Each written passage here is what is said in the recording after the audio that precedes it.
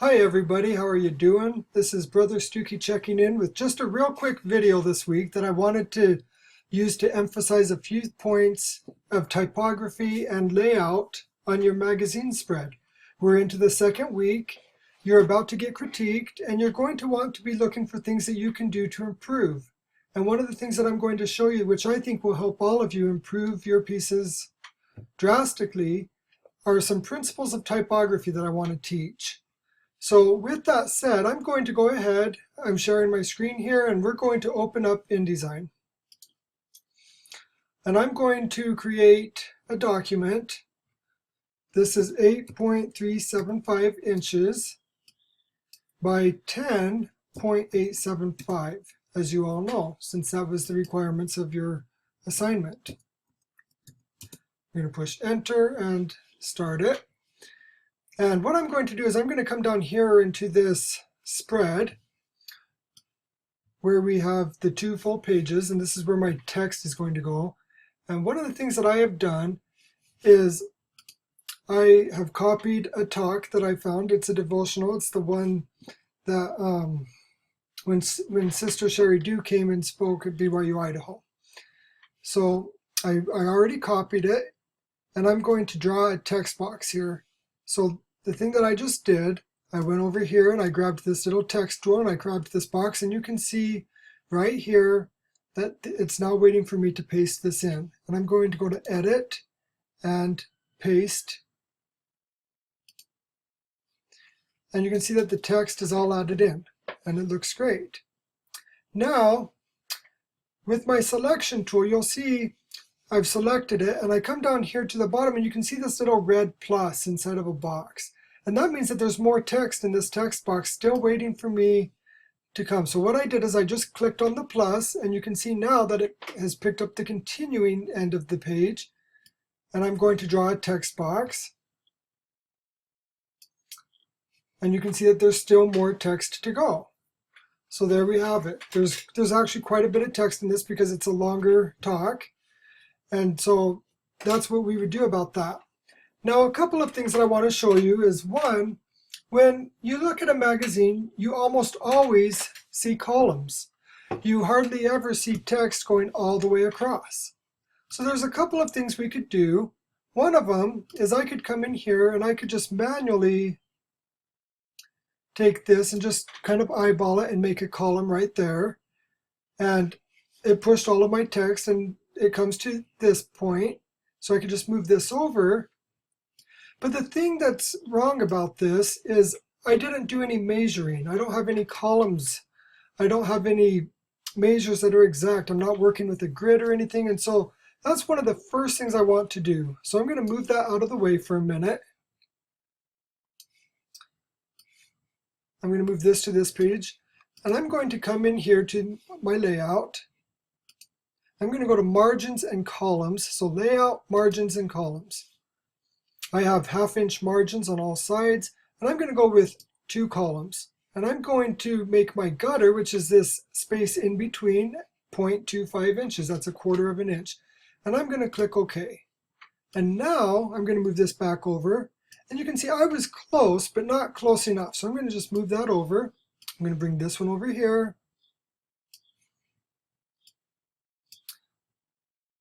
Just get that exactly where it needs to be, perfectly aligned. We'll click on this plus to create a new text box that just continues on where we left off. Click on the plus box again, come down or come up here, and okay.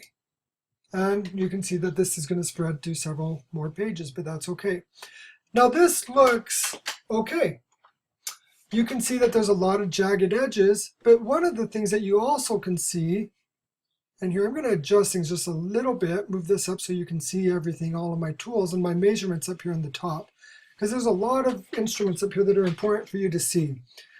But you can see also there are a lot of hyphens, and I want you all to take note that I do not want to see hyphens in your magazine spread. Now, if you look at magazines, you might find a magazine with hyphens. You might find several magazines with hyphens.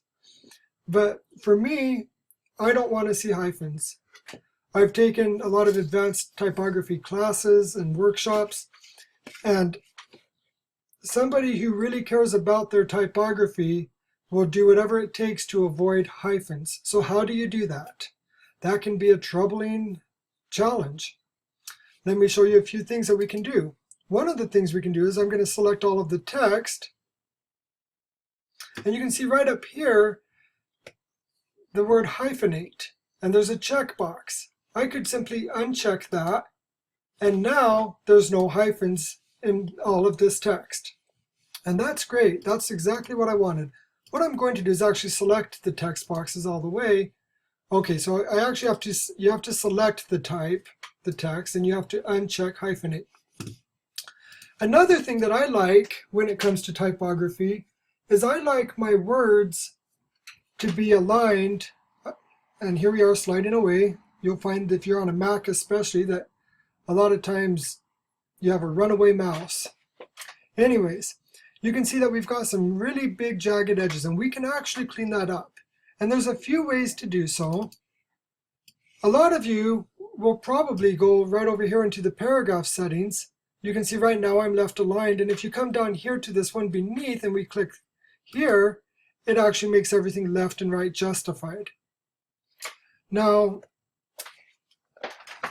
this is okay for certain situations, but it really limits how much you can do. And so I'm actually going to say no, you do not use this tool.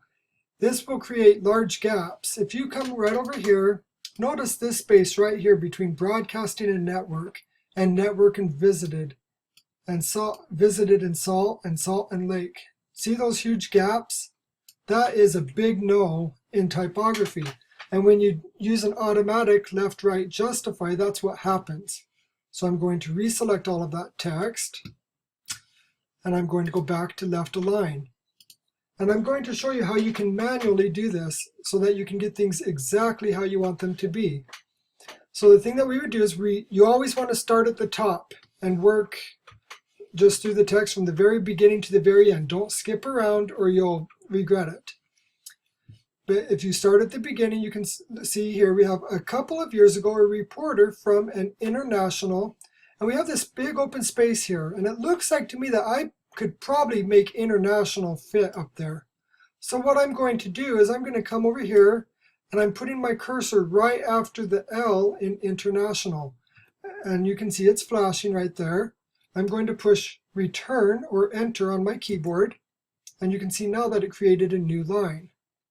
Now I'm going to select this line, and I'm going to come up here into Window. I'm going to go to my Type and Tables and Character Palette and pull it up. And here is my character palette. You can see that my font size is 12 points. My leading is 14.4. And you should probably leave it on auto for now. But if you're going to manually adjust it, always make sure it's a little bit more than the number on the size. If it's 12, then go to about 14.5 or so. Auto has it at 14.4. But the big thing I want to emphasize is this point right here. This is called your kerning. Okay? And you can see right now it's set at 0. If I push this down arrow, all I did is it took me to a -10. And you can see that international came up to the top because it decreased the space by -10 points in all of that text. And it looks pretty good, but there's still a little bit of a gap right there. So while it is still selected, I'm going to come in here and I'm actually going to say it needs to be a little bit less than -10. Let's go with -5 and see what that does. And -5 almost put us there, but I bet we can even go a little further. So let's try a -4. Let's try a -3. Okay, and that worked. Think a -2 will? Yep. How about a -1? -1 worked. We know that 0 doesn't. See, so we'll just go back and put a -1 in there and push enter. Whoops. Okay, now you can see the second line, broadcasting network visited Salt Lake City. Broadcasting has a space right there. It's indented one space, so I'm going to backspace. And now we have that, and we still have all of this space here. And we could try and see if we can make researching fit up on that line. So I'm going to go over here and put my cursor right at the end of the word researching. And again, I'm going to push return. I'm going to select everything, and I'm going to go -10, -20, and you can see that worked, and there's still a little bit of a gap. Looks like to me I could probably go -15. Yep, that worked. Let's try 14, and that worked. And you can see it's perfectly aligned. I come here to the third line, backspace that A since it's indented now, and we have a story on women in the church. She was intrigued, and we have a space. We can probably get that right there to fit. So put the cursor after the word that, return, select those two lines, and -10, 20. And it looks like we could take that to probably -17. You'll get pretty good at it as you practice. Backspace the A again, media company, end of the word company. And let's go to -10, and that worked. It looks like we could probably make it -9. Whoops. Okay. -9, and that works. Okay. Now, you can see that looks pretty nice. Here, I'll just turn off on view. I have extras and frame edges. I'm going to hide them for a minute. And you can see now that is nicely aligned right there on both sides. And there's no large gaps. The rule of thumb is you go no greater than 30 points or no less than -30 points. You'll see that you can go clear to -100 or +200, and you can even manually go beyond that. But a good typographer will always keep their line within -30 to +30 points. So please keep that in mind. A couple of other things really quick, and then we'll call it good. I'm going to add in a picture, okay? And I don't have a picture saved, but let's say that you are adding a picture of the temple. So I'm just going to move a text box out of the way, and we'll just make a picture of a temple. We'll call it that. Let's just say that you had gone into Photoshop and you made your temple, and I realize that this is just a shape. Don't worry. Okay. Now this image, I can just put it over here, and you can see that my text is right on top of it. But I want to see text wrapping, okay? And so what we want to do is we're going to go up here to Window, and we're going to click on Text Wrap. We're going to wrap around object or shape. And now, if you look, you can see that the text kind of bumped out of the way of that temple. And you can even see that here I can increase my size. Notice this little blue line around it. That's going to create a boundary. And I should have about 0.125 to 0.25 inches around my text as a buffer zone, just to keep it safe. I think we're pretty safe here with 0.125. And then what we could do is we could come in here again, and we'd come over here to Asked. We'll use our character palette again, and we'll just go to -10. I like to view and extra. I like to show my frame edges so I can see what I'm working with. And you can see that -30, probably 22. Nope, let's try 24. And that works good. Okay, predictable colon, enter. And let's see if we can make that fit. And that didn't take much at all. Probably go to -1. Nope. We'll try -2, -3, -4. Gosh, it's requiring a little more than I expected.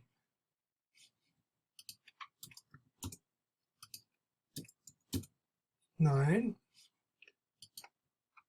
I'll just make sure they're okay. We can probably increase it a little bit now. Let's see, -2.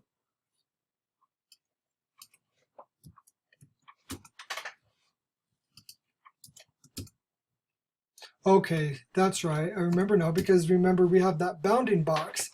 So we can't come exactly to that. So if we select this, see, predictable came right there to the edge. So let's go ahead, and here we might have to make this one positive. So let's add some points. And you can see we can go about 30. That one looks pretty good. Here you'll want to probably eyeball it a little bit more, just so it looks good. Or if you run out of space, let's see if we can make this one, it might be too tight. See, I hit 30.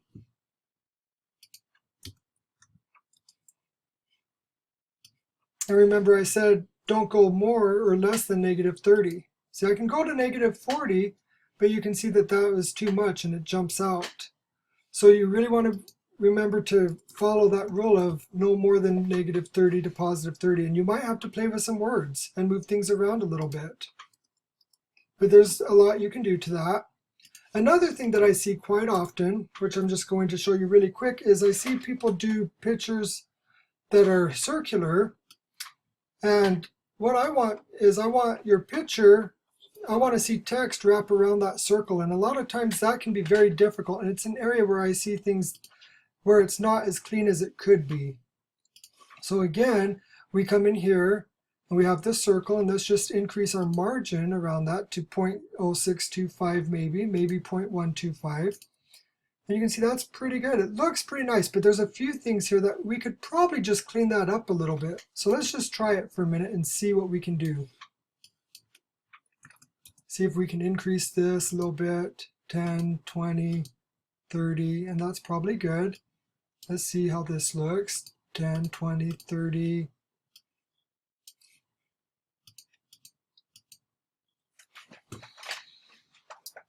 What would be interesting is if we can get what a loaded question on one line. And that looks good. Let's try and get spin. Okay, and that's starting to look pretty good.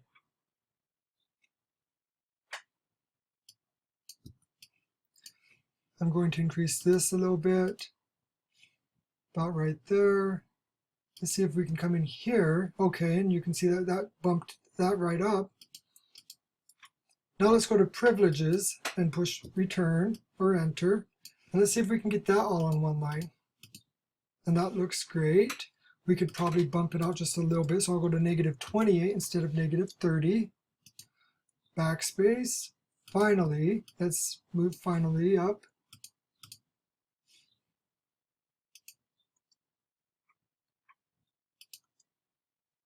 Okay, so see how clean that is around the circle? That looks a lot better, doesn't it? So those are the things that I really want you to focus on this week with your typography, is learning your alignment as well as your text wrapping. This was just symbolic of a picture, okay? Since I used the circle one, I could place a round picture in there. I would go up to File and Place, and I have no idea what picture we're going to use. Let's just see what's on my desktop really quick. We have a flower JPEG, so we'll just throw it in. You can see that my image is quite large, so I'm just going to shrink it down a little bit. Okay.